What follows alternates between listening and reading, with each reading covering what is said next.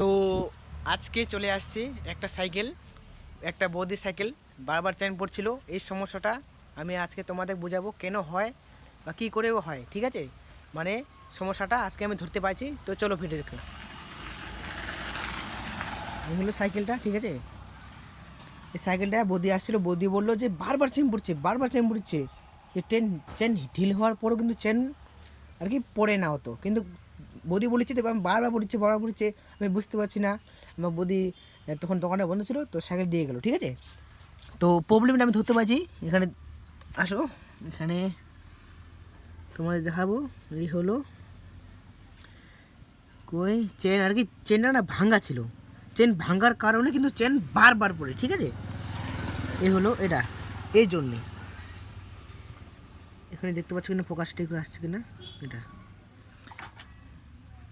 এটা যদি ঘাটটা পাল্টায় দিই এভাবে, এই জিনিসটা লাগাই, যদি ঘাট পাল্টায় দিই তাহলে এই সমস্যাটা হবে না।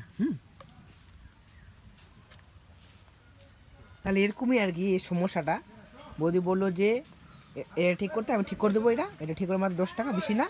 আর এদিকে পাম পাম বলছিল যে পাম দিয়ে দিস, যেটা দাম হবে তুই বলে দিবি। তো এটা আর কি, যদি এরকম সমস্যা তোমাদেরও আসে, বাবা চেন পড়ে, তাহলে এটা চেঞ্জ করে দেবে একটা ঘাট, বা দেখবো ভালো করে। আর যদি খুবই চেন ঢিল হয় তাহলে তো চেন পড়বে, কাট করে দেবা। এই হলো সমস্যা। তো যদি ভিডিওটা ভালো লাগে অবশ্যই লাইক সাবস্ক্রাইব করে দেবে, হ্যাঁ।